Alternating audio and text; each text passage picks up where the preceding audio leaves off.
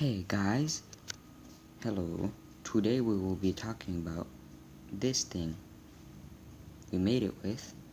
This thing called a Bebo 3D printer. It took about 2 weeks to print. Then we had to glue it together, which took another couple days. This is the outcome of what we printed then glued together.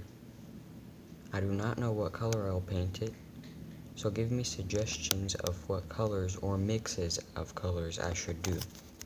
I will put a link in the description so if you have a 3D printer you can make this helmet. And tell me in the comments what colors do you think I should paint my helmet. Now for the guy who made the helmet, because we need to give credit for him because he made it.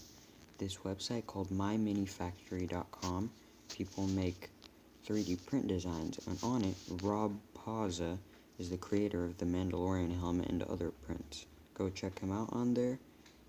And yeah, that's for the credits. Have a nice day. Don't forget to like, subscribe, ring the bell so that you'll get notifications every time I make a new video, and bye.